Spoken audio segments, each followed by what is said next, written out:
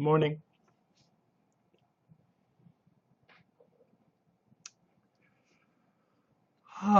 So I've been sitting here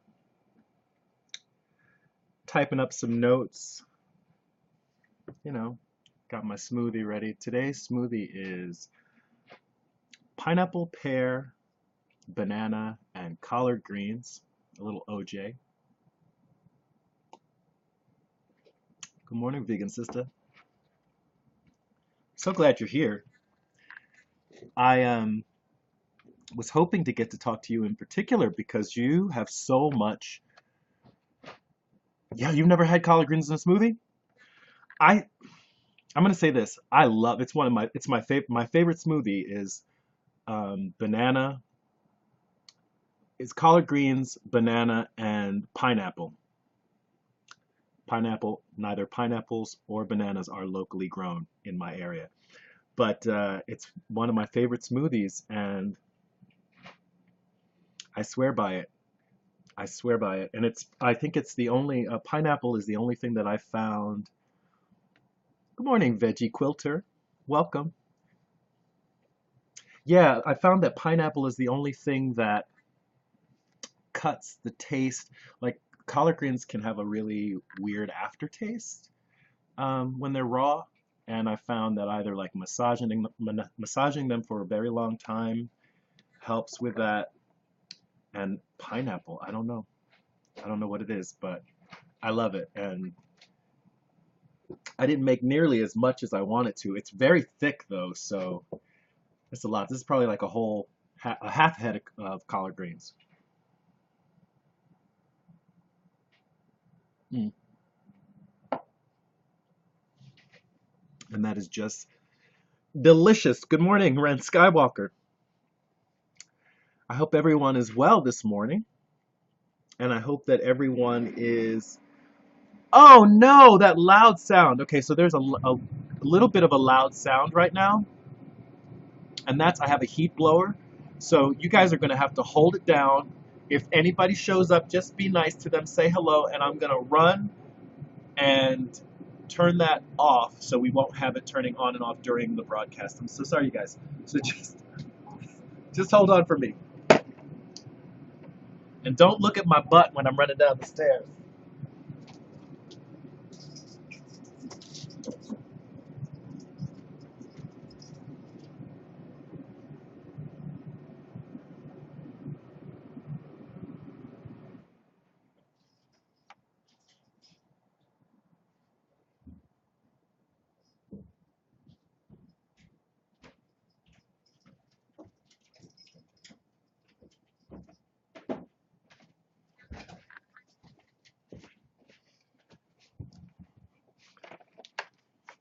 Well, that was exciting. I hope that was as fun for you guys as it was for me. I just went for those of you who are just joining us, I just had to run down and turn off my heat blower because it's way too noisy for the broadcast. So, who showed up? Shelly Kimmy? Just going to say hello. Good morning, Shelly. So, well, let me see. Before I went down, I think I was about to talk to you guys a little bit about our topic for today. So, we're about to embark on the channel, and that's my channel is Reg Flowers. It's a YouTube channel, and if none of you are aware that I have a channel, please do go check it out. It's just my name, Reg Flowers. What I'm hoping is that we're going to be doing a series of videos over the next couple of months to specifically for people who are interested in organizing in their communities but maybe don't know how, or people who are possibly embarking for the first time on a project in their community that requires them to have some organizing skills.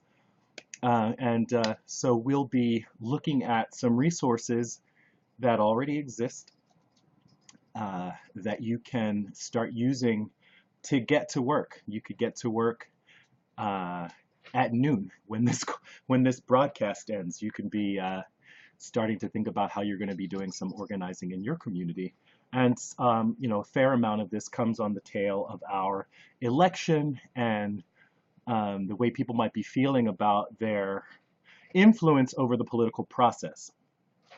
And today we were looking specifically at a resource, an online resource called the Citizens Handbook, which is at citizenshandbook.org. I'm going to paste a link to it in the chat box. So any of you who want to take a peek at that can take a peek at it. I'm going to go in, I'm going to read a couple of things from it, and I'm going to hopefully get your input. And what I love to do on this live stream is just ask folks to guest and to offer your thoughts on the topic. So if you have any experience with community organizing and you'd like to share that experience with people who are watching the live stream today, I'd ask you to please just come on. And if you don't have a channel, that's fine. You don't have to be, you don't have to be a celebrity to call in and just give your opinion on what you think of as the importance of being organized in your communities, or building community. We can just simply call it building community, right? Because that is a type of organization. We're like organized into several, into communities, and one of them is the geographic community, and that's where we live, right? And so just keeping that in mind, I'm hoping that some of you who are watching now, thanks for becoming a fan. Tim the Huggernaut, that's so adorable. I want to be a Huggernaut. The Citizens Handbook, if you've had a chance to look at it, great. And if you want to, feedback on it, and it doesn't all have to be like you loved it, you could say, it was overwhelming. It was too much for me. Interestingly enough, I first discovered the Citizens Handbook as an actual book. And I have since not been able to find the book. I let someone borrow it, assuming I'd just be able to get another copy. Haven't been able to find it. But the Citizens Handbook website really captures what's in that book. What's cool about the website is that there's the opportunity for them to update things, to add new things. I don't know if they do it. Another thing about the Citizens Handbook is that it comes out of Vancouver and is based on work that some community groups were doing in Vancouver to reshape their city. And so if for folks who think that this is just going to be from the perspective of someone living in the US, it is the perspective of someone living in the US, but I'm hoping that these tools will be useful for people wherever you are in the world. If you feel like you'd like to be building your community and maybe doing some work to transform things in your community that you feel aren't the way you imagine they might be. Things that aren't the way you imagine they might be. Tim the Huggernaut says, okay, you can be one too. All right, so does that make me officially a Huggernaut? I'm gonna say yes. Good morning, Mad Blender.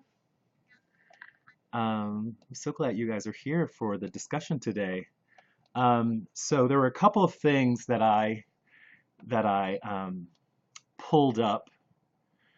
One of the things that they talk about is, on the Citizens Handbook, one of the first sections is an introduction where they talk about, the why, and they talk about the why of being a good citizen and what that means. And the Citizens Handbook, it's meant to encourage the emergence of more active citizens, and that is people who are motivated by an interest in public issues and a desire to make a difference beyond their own private lives. Active citizens are a great untapped resource, and citizenship is a quality to be nurtured. And then they go on to explain why, and they talk about tackling large public issues, solving local problems, improving livability, building a bridge to a strong democracy. They look at the health impacts of having a strong community, and they discuss the ways, and I'm going to read what they say about rekindling community. Active citizens can help to create a sense of community connected to place. We all live somewhere. As such, we are a unique collection of problems and prospects in common with our neighbors. Participation in neighborhood affairs builds on a recognition of here we are together and a yearning to recapture something of the tight-knit communities of the past. And I guess when we hear people talk about make America great again, we hope that what they're talking about is rebuilding the fabric of communities, right? Not necessarily some false idea of what the past might have been. Neighborhood groups can act as vehicles for making connections between people, forums for resolving local differences, and a means of looking after one another.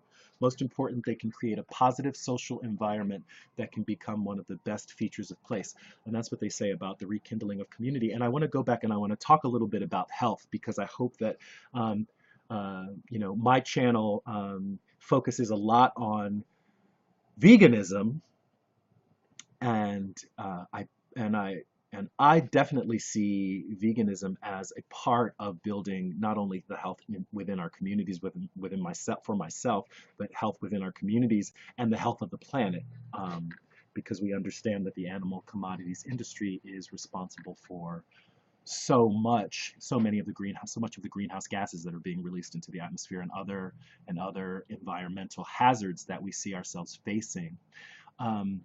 And this again, it's from coming out of Vancouver, so it focuses a little bit on the Canadian perspective, but I hope again it relates to others. In the late 1980s, following Canada's lead, the World Health Organization broadened its definition of health to account for the fact that health is much more than the absence of disease. The new definition recognizes that only 25% of our health status comes from health care. The rest comes from the effects of an adequate education and income, a clean environment, secure housing and employment, the ability to control stress, and a social support network. Understandably, public health professionals have become some of the strongest advocates for more active citizens. There's a group called Health Canada that's provided many resources to nurture the grassroots, including a recent community action pack, a full crate of material on community organizing. And so seeing the link between being an organized community and being a healthy community, and being a community of healthy individuals, and health being more than the absence of disease. Some people, I've heard it said that health is not just about surviving, but thriving. And so, with that in mind, let's talk a little bit about that. The world just needs more hugs. I agree, Tim. So I'm hoping that some of you have things to say about that. Vegan Sister, I'm calling you out because you just did some. You've actually been doing your own challenge on your own channel, doing some work in your area and challenging others to get engaged in work as well. And so I'm hoping that you will be sharing that. Mad Blender says, my baby just woke up. I'll be back. Babies, I guess, babies are allowed on the stream. If you want to, I don't know if you want to do that, but I know that sometimes your kids are on your channel. But we might see Mad Blender and her family. Vegan Sister, I see you're laughing out loud, but I'm really, really hoping that we can hear from you about some of the work that you've been doing in your area. And I hope that people don't get put off by this idea of organizing in your community, to think that it's something that really can only be done by professionals. I mean, anytime you bring people together to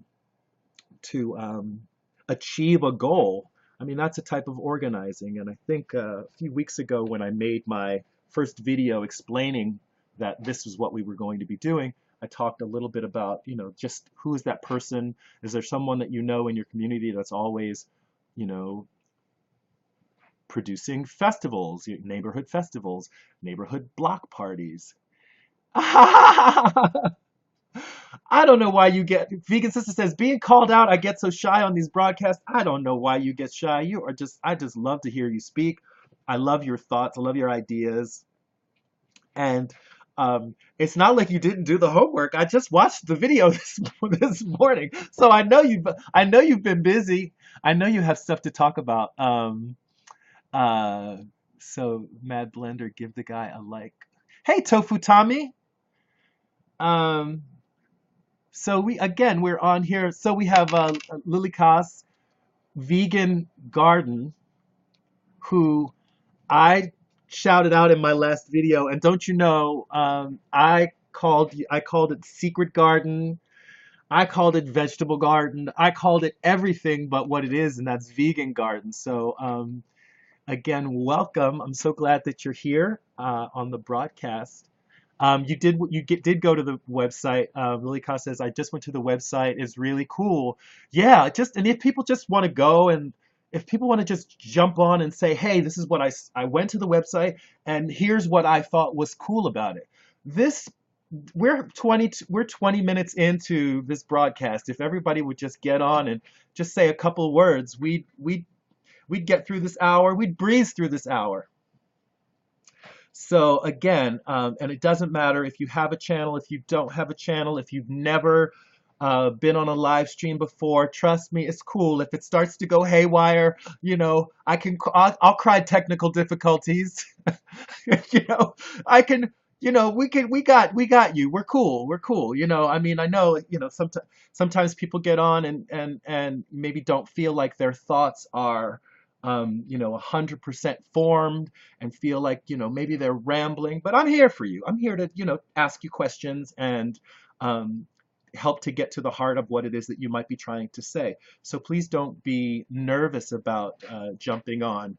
Um, and and my French is lousy, so Lily, and I hope that's your Nikki. And I, yeah, and so it doesn't matter. I was just so happy, and I still am. Okay, yeah, thank you. Good. I'm glad. I'm glad, and I'll probably do like another little mini shout out just to do the correction in my next video. But I really did enjoy what I was able to watch. And I'm going to be honest with you. I've studied a little bit of French, and this might be an excuse for me to brush up my French. So yeah, so again, I really would love to have you guys jumping on again. So we're talking about, organizing in your community. So I'll just talk to tell you guys a little bit about what's going on. Can I say something in French? Okay, my go-to French phrase is Quel chemin dois-je prendre pour aller à chez moi? Which I think means, can you tell me the way to go home? I think, right? So now you can tell me if I've been butchering that particular phrase.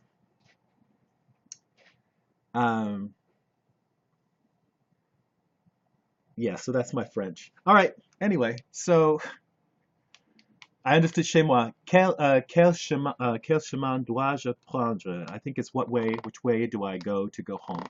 Something like that. And of course, I can say things like bonjour and bonsoir.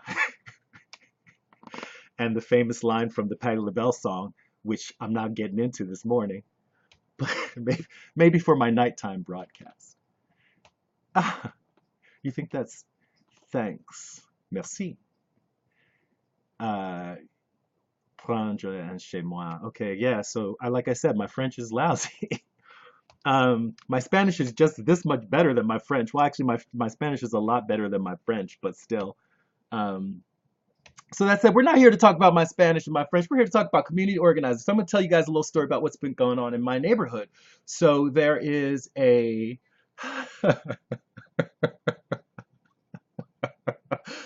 Vegan Sister says, haha, Patti LaBelle, too early for that. I haven't even finished my coffee. You see what I'm saying? On my street, there's been organizing on my street in Detroit for a long time. There's quite a history of it. I live on the same street that the late James and the late Grace Lee Boggs lived on. And their home is called the Bog Center now, and it's a place where a lot of organizing has happened in the city of Detroit. And so I'm lucky. I've fallen into a community where organizing is just a way of life. It's just it's just a way of life. So it was not surprising to me when my neighbor from across and down the street a ways just came up to my door and said, "Hey, so what are you going to do now that you're in the neighborhood? We need some theater up in here." So my neighbor is, wants to, sit down and work out with me how we can organize with some other interested people how to start using some theater to raise awareness about some of our local issues. And there are plenty of them. And many of them have to do with infrastructure where things have gotten so bad. There's flooding that, one of the reasons for this GoFundMe campaign, which is only about $500 away from reaching the goal. And there's still like a week left, and I don't even know what to do with myself. I'm so excited about that. So what time is it where you all are? Because it's 4 p.m. in London. It is 11 a.m. Eastern Standard Time, Ren Skywalker. And so I'm going to be working with my neighbor to do some, to create some spaces for using theater as a tool for social transformation. There is work happening in this neighborhood with community land trust. So one way that communities might be able to stave off that kind of insane development that happens that leads to gentrification and people being pushed out of their homes is to get people to sign on to community land trust so that they still own their home for all that is worth, but the land under the home is part of this land trust, which means that somebody can't just come and snatch it. And it can help also protect people from the rabid foreclosures that have been happening here in Detroit as well.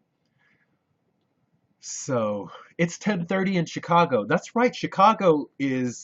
We're right on the border, right? So we're basically dealing with the same climate, the sun coming up at the same time, but we're an hour off just because we happen to be, Vegan Sister and I just happen to be on, right pretty much on where the timeline shifts. Vegan Sister says gentrification runs deep. It does.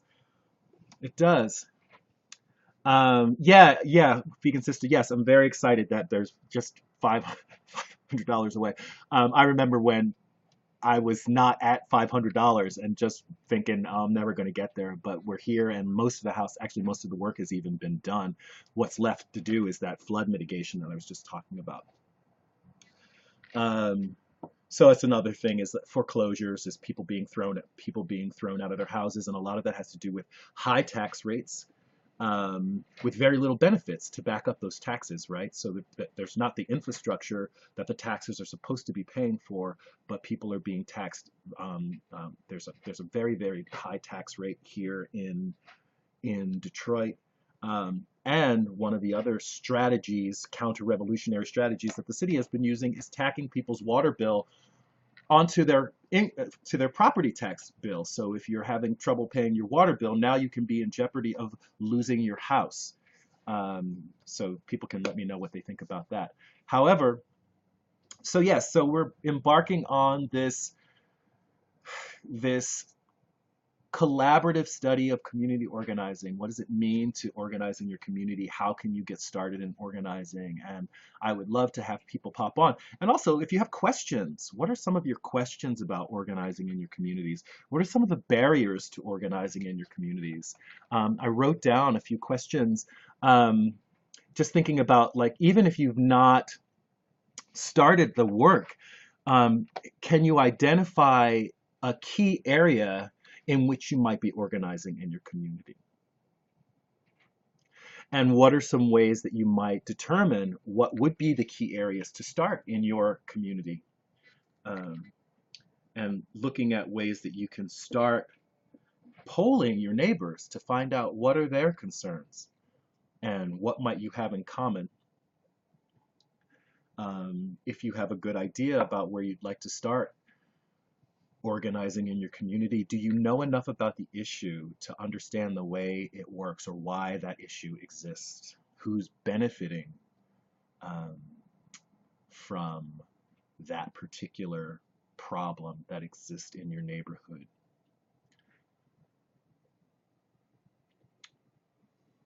How have others dealt with that issue? What has been successful? What's not been successful? So that when you're embarking on your project and possibly on your campaign, you're going into it with some information. And of course, a lot of these things, a lot of these roads are made by walking. Some of it, sometimes you just have to get started and try something. And if it doesn't work, then you try something else. It's like anything else in life. And another thing that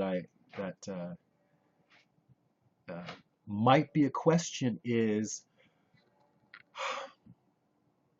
how does privilege play a role in the ways individuals might work with others in their communities? And is that a factor to be considered? And is it something that maybe some of you are thinking about as you um, move towards organizing in your communities, or as you think about, or maybe is that something that is um, causing you to pause before you begin, that you might be afraid that you don't have the privilege, or that there may be others who are less privileged than you who may question you taking on a role in leadership in organizing in your community. I don't know. I mean, these are just things that cross my mind. I want to know what you guys think. I'm realizing now I do not know a lot about my community. I feel like I live in a bubble with very specific issues that no one else cares about. That's Vegan Sister saying that. Um, it's called Jehovah, because in France they don't really like that. It's called Jehovah. You're talking about knocking. Yeah, door knocking is pretty special. Um, and it can be a challenge. I have found, however, I've done door knocking in housing projects, and I have found I've never had a bad experience knocking on someone's door and asking them a question about an issue that exists in their community. What I found is that usually people say, "Thank God, somebody's trying to do something about this. Yeah, what can I do? Where can I sign?" Um, I think the trick with door knocking is to be real specific and to have a really clear script. And we can do a whole video on door knocking. We can do a whole, in fact, maybe a great topic for a chat might be door knocking, to, talk to some people who have done it and how to make it successful.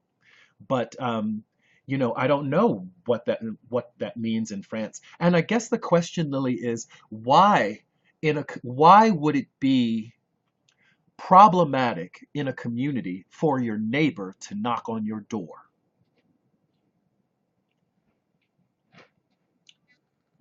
What does that say about us as a society where we don't trust/know each other enough that my neighbor can't knock on my door? My neighbor will knock on my neighbors will just scream out at my window, but I live in an area that has very few people in it. Much of the housing stock has been torn down, but even in a community where there are lots of people, why would it be uh, problematic to knock on your neighbor's door? And then my next question is, who is served by us not being comfortable knocking on our neighbor's doors?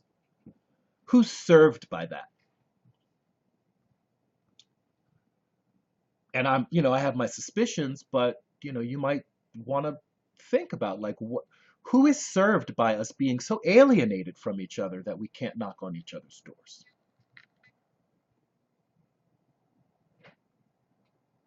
Hmm.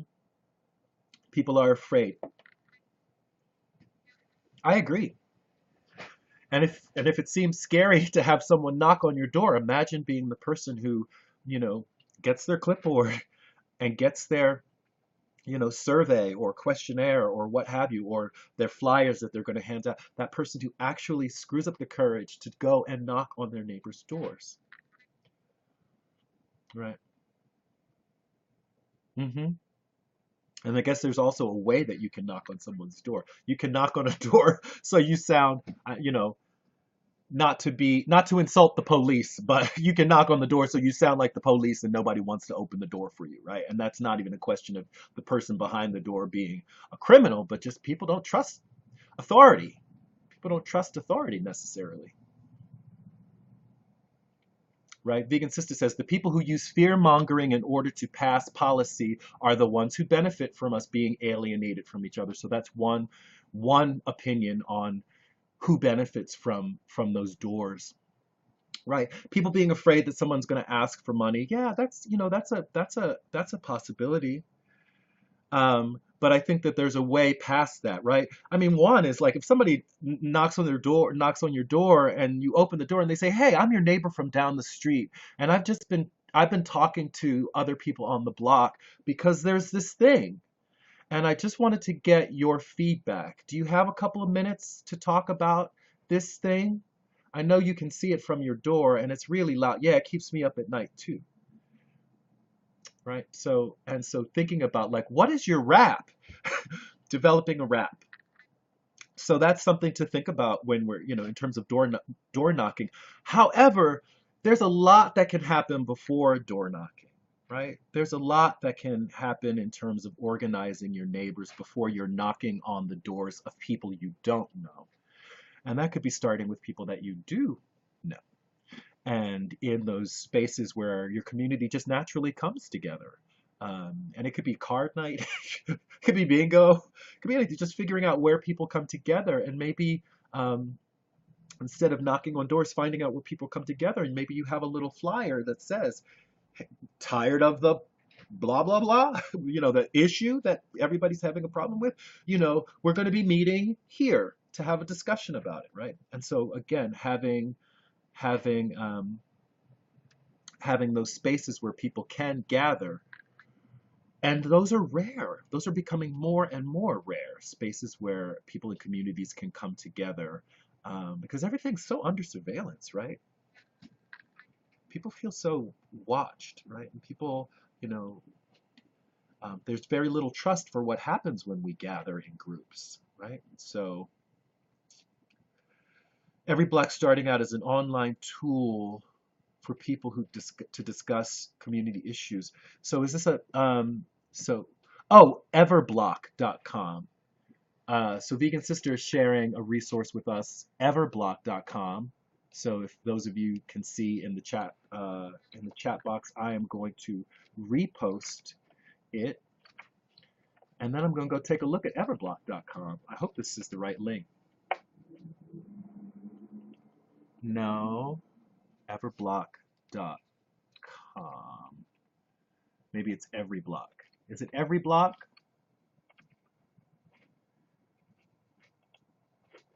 Every block, yes. It's every block, y'all. I'm gonna post it again. Vegan Sister was just kind enough to repost that. And every block is currently available in Chicago, Fresno, Hialeah, Philadelphia, Houston, Boston, Denver, Medford, and Nashville. Sign up below. It's be a better neighborhood. Let me see what it says in the about. And there's a little Vimeo movie to watch. Our goal is to help you be a better neighbor by giving you frequently updated neighborhood information, plus tools to have meaningful conversations with neighbors. The site is simple to use. Create an account and choose which places you'd like to follow, perhaps your home and your workplace. Your custom every block homepage will be updated throughout the day and show you what's been happening near your followed places, plus what people in those places are talking about. That sounds really, really cool. So we could, I could be talking about everyblock.com, or, we could have Vegan Sister jump up on here and talk a little bit about it. Regardless, I'm hoping that people are finding this valuable and are thinking about ways that you can be using the time that you have to make some changes in your community, to uh, work on things that aren't functioning in the way that you might imagine they might be functioning. So again, today, just introducing the tool, the Citizen's Handbook, which in itself has its own resource library. If you check out the website, there's a citizen, what they call a citizens library, that includes books on building local democracy, books on action organizing, books on media advocacy, and books on working with others. Uh, the way the site is organized is there's a section on community organizing, there's whole section on community building activities, and I think this is where my sense is that this is where a lot of people will find a way in, because as Lily says, door knocking might not be everyone's cup of tea, and you may have, there's a reason that we're alienated from each other, and that the idea of a stranger knocking on your door is very threatening. It's very threatening. And so the Citizens Handbook suggests ways that you can be building your community that don't look necessarily like traditional organizing, but they are ways that you can start people gathering and start people imagining a different way of living. And I'll just read off the list. And the site gives examples of how to get each one of these activities started. So there's child minding co-ops. There are community gardens, community kitchens, block watches, community crime prevention, block parties, block cleanups, festivals, parades, guerrilla gardening, community image making, intergenerational activities, environmental activities, street reclaiming, good neighbor awards, organizing around hot issues, block by block organizing, study circles, bees. I love bees. Bees are, like this whole thing, like where you like just, okay, somebody needs a barn put up, so we're gonna all go and put up the barn. And I hope I didn't start sounding all fake country, but I have some Southern in me. But a bee is bringing a group of people together to do something. It's like a bee. It's called a bee. So putting up a barn, building something together, those are bees. Visioning exercises, information sharing, citizens juries, rating candidates for public office, and other activities. So these are all things that are outlined in the Citizens Handbook. And I would love to know if any of you have experience with any of those things that I just talked about. Right. So Lily says the website's just amazing. I will share it with my friends. And I don't know if you're talking about, Lily, are you talking about the new one, everyblock.com, or the Citizens Handbook, or both? Hey, Sarah. So again, just getting our imaginations a little bit, getting our imaginations going a little bit about how we can at least start engaging with people around us in a way that's more meaningful. And again, it doesn't mean, getting everybody out on the block for a rally the first day. Um, yes, okay, I see. So Lily was saying that every block is just for the US, and Lily is in France. So yes. So again, how we can start, it doesn't need to start with we don't have to we don't have to march the first day. We don't have to march the first year. We can really spend some time just getting to know our neighbors again and getting to build that trust, so that knocking on doors isn't so frightening. I don't know about where you guys live, but to have a block party, usually when there are block parties, at least in Brooklyn, this is the way it works. To have a block party, you need a permit to close the street. And so a block party is something that happens in the U.S. and I don't know if it happens everywhere, but in the places where I've lived. Hey, welcome back, Mad Blender. So we're just still talking about ways that you can start getting connected to people in your communities. And I was just going to talk about just the practical aspects of having a block party. To have a block party, you need to get signatures from your neighbors to make it okay to get the permit to shut down the street to have the party. So it has to be done.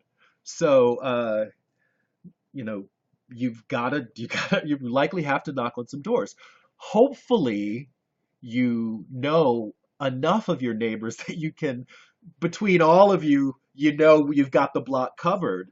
But that in and of itself is really important work, is to know that even if you don't know everyone on your block, that you have a core group that Miss Eileen down the street who always sits on her soup, she got that end of the block locked down. She knows everybody. She's lived in the neighborhood for 60 years.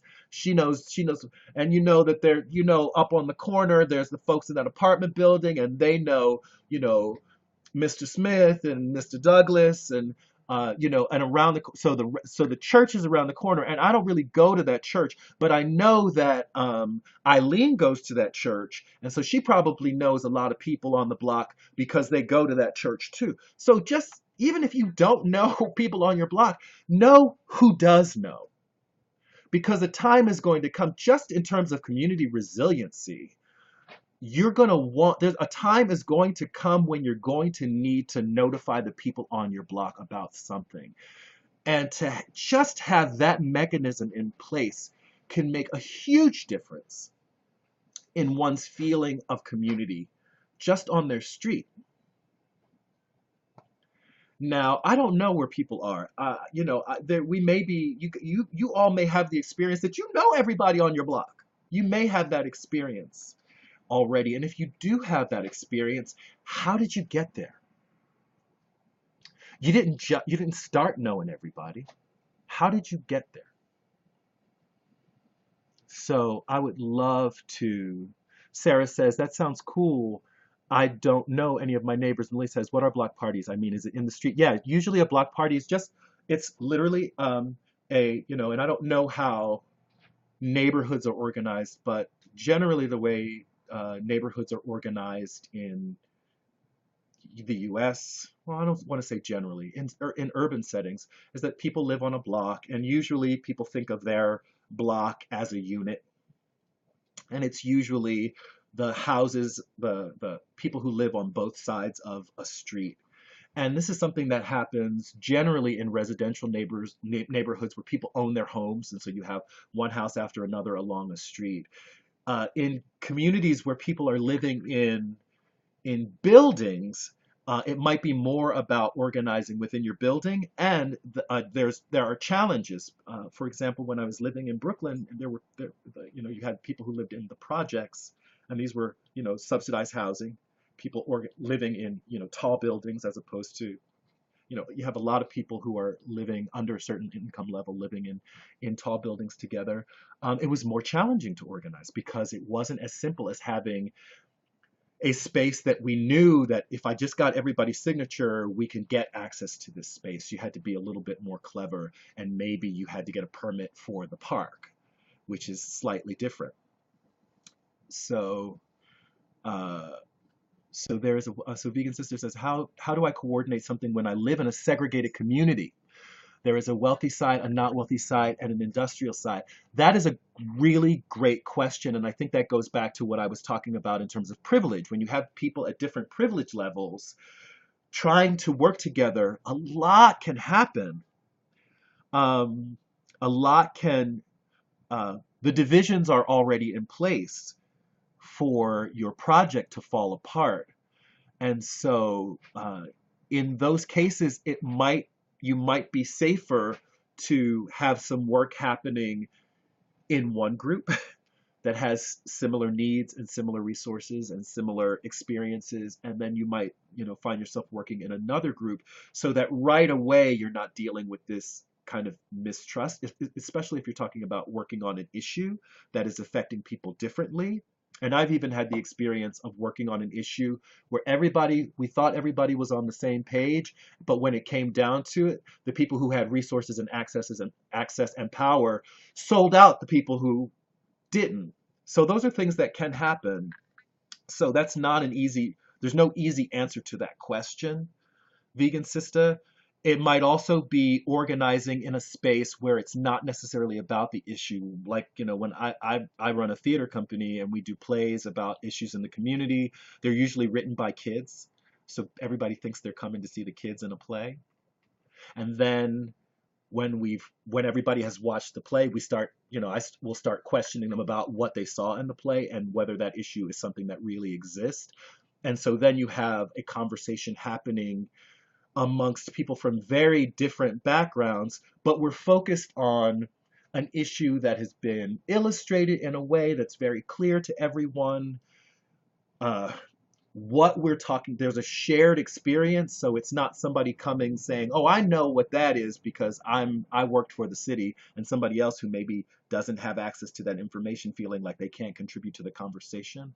So I guess that's another strategy, Vegan Sister, is making sure that you have something concrete at the center of the table to generate the conversation where everyone can feel like they have ownership of that information. Everyone can feel like they have ownership of their experience when they talk about it, so that people can speak with comfort and authority.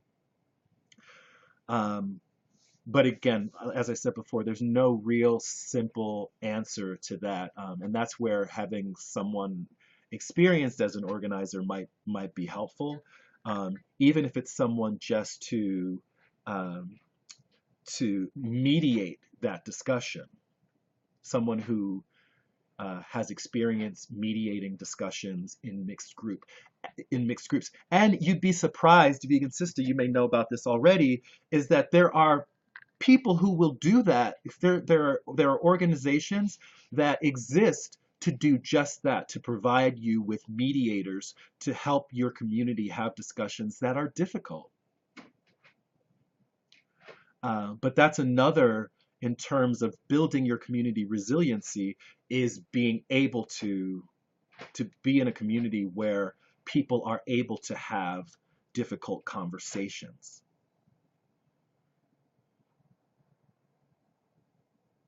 So Mad Blender's asking, I live in the country. I do live in a little neighborhood. What do you mean by segregated, Vegan Sister? Do you want to talk a little bit? Do you want to? Well, I'm telling you, Vegan Sister, it would really help to have you jump on and talk a little bit about that. But is there anything else? So thanks for the 10 likes. Thanks for the 10 likes, Vegan Sister. Yeah, I will have to look into that and see if these types of organizations exist. And that can be the really important step, right? That's another thing that we didn't really talk about. We did a little bit with the block and who knows who, right? If you don't know everybody, just know who does, and having access to that. Yeah, I agree, Mad Blender, that. But we're not going to put pressure. Oh, hold on a second. Okay, so we have about 10 minutes left in this broadcast, and I guess. hallelujah. Oh wow, you're really putting me on blast today.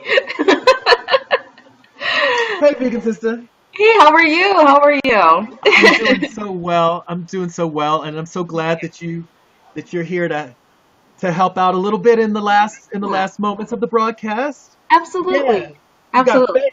You got fans. Everybody's raising the roof right now for you. Excellent. So one, there was a question. Matt Blender has had a question about what you mean when you talk about the segregation in your community. So I live in the suburbs of Chicago, about 45 minutes west of Chicago, and in the town there's like the north side of the town where you see certain things happening, and then there's the other side of the town where a different type of people live. And then there's like this huge industrial neighborhood, and I just feel completely disconnected from the issues that the other side of the town has, and I don't think that they know the issues that we have. Also, because of the type of work that I work at a residential high school. So when we talk about community and all that kind of stuff, that's all up my alley. And the the makeup of the school that I work at is all pretty much all minorities compared to the rest of the state of Illinois. So I feel like I live in a bubble and I work in a bubble where our issues are super specific. And even though we do a lot of work for the community, for instance, my job, I am a service learning coordinator. So our students are required to do 200 hours of community service in order to graduate. And so they do a lot of work in the community. And I feel like even though they do a lot of work in the community and they know our school and they know who our students are, I don't feel like they're very much concerned about the issues that my students are facing, and that's kind of where I'm at right now. I feel like there's just this huge disconnect where no one's talking to each other. I like as you said, like I feel like if someone were to knock on my door, it would freak me out a little bit because I don't know who my neighbors are, and I don't feel comfortable going out and speaking to people in my community. There's just this as a disconnect, and I've lived in a lot of different states, so I have lived in places where I didn't feel that way, and I felt very connected to my neighborhood. So I know that it can exist, but it doesn't exist where I live. Mm-hmm. Hmm. Yeah. And so I guess one question is, have you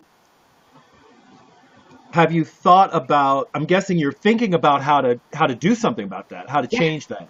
Absolutely. Absolutely. Absolutely. And Yeah. have you taken any steps so far?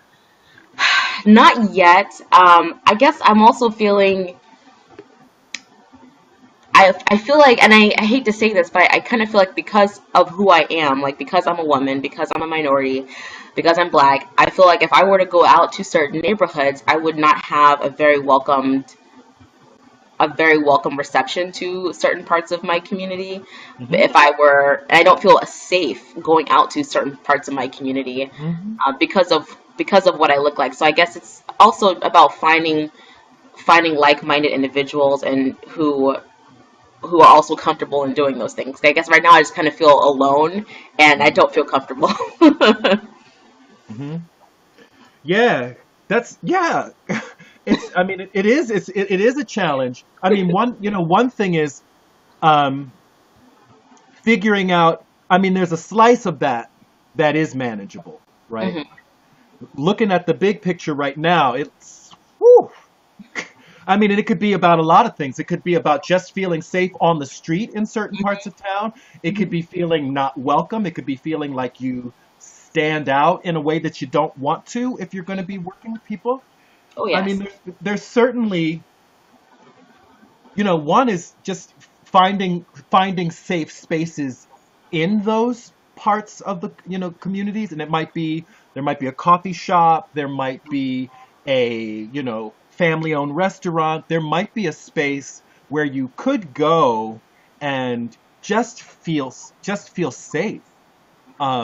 Just starting to build, flex that particular muscle of finding your place, like finding where the places in those various parts of the neighborhood are where you Mhm. could fit in.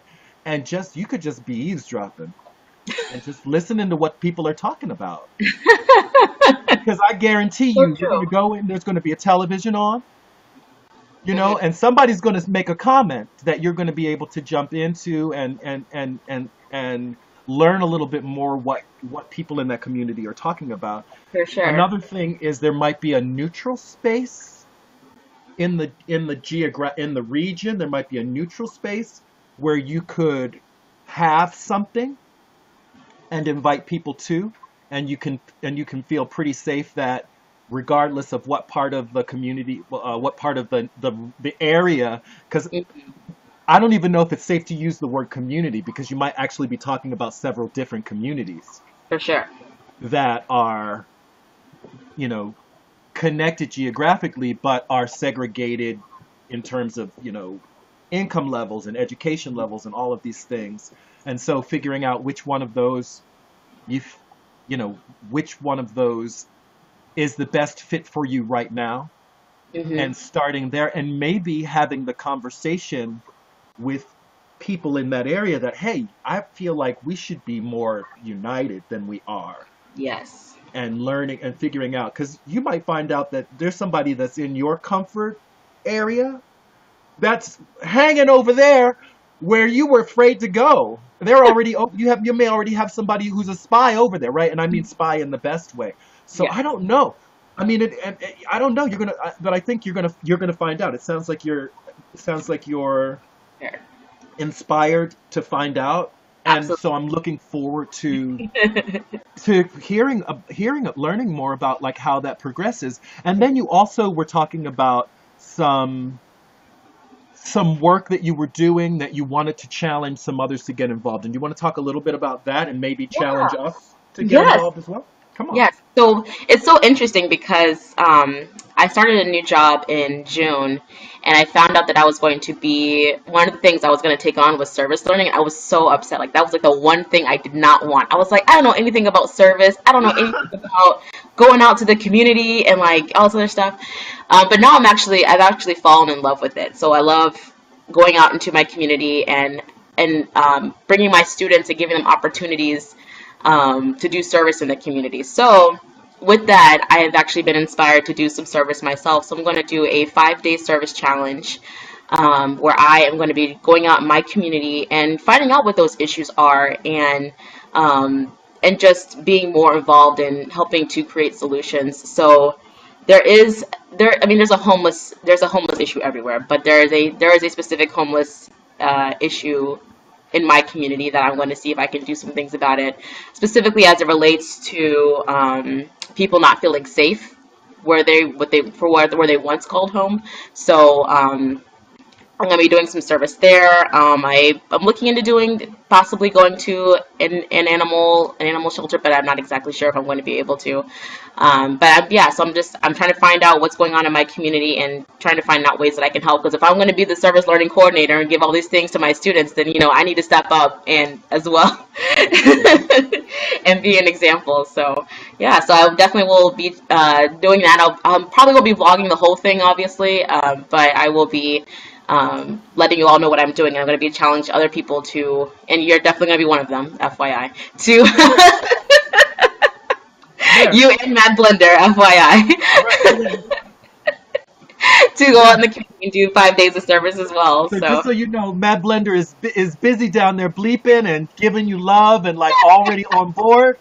And so um so hold on a second. So there was a question from Lily, and I just was wondering if while you're on, if we might be able to answer this better together. You have friends where you live. Maybe it will be easier to talk to your neighbors that way. I think this is a question for you.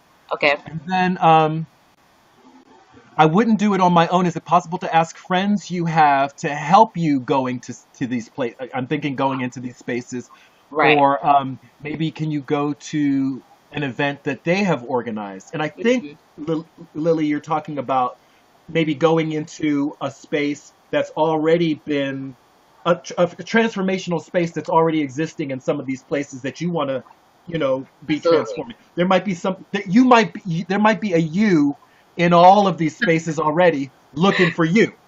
This is true. This is true. I need to go out and find these spaces. I don't have that many friends in this neighborhood. Like I said, I do feel like I live in a bubble sometimes. So I feel like I have like my work friends, and we all know about work, and that's it.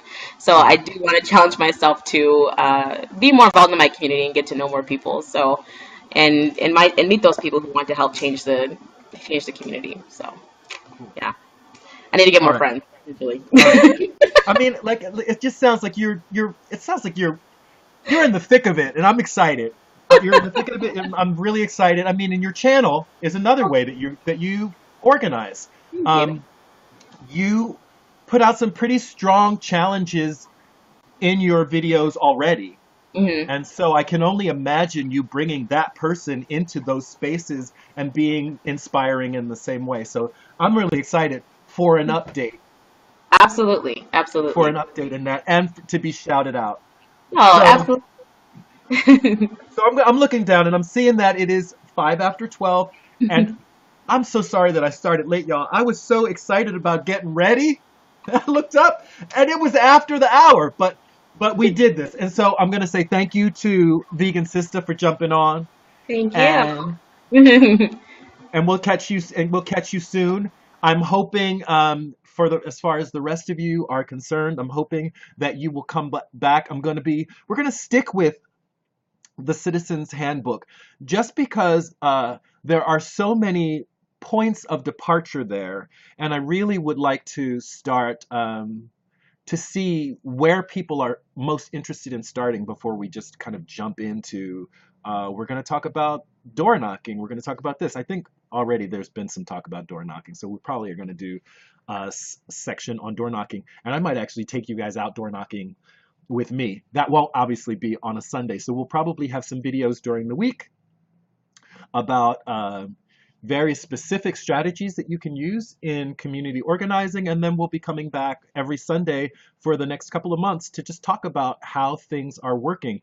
What a time to be starting a community organizing university, right? Online, right? But apparently, you're welcome, Vegan Sister. You're welcome. And so that said, I did not do a very good job of consuming because I was just running my mouth. But that said, we're going to bring this to a close. That's it for this live stream. Those of you who are watching on YouTube, please like the video. If you like it, share, comment, subscribe. This is Reg signing off. Love yourself. Peace.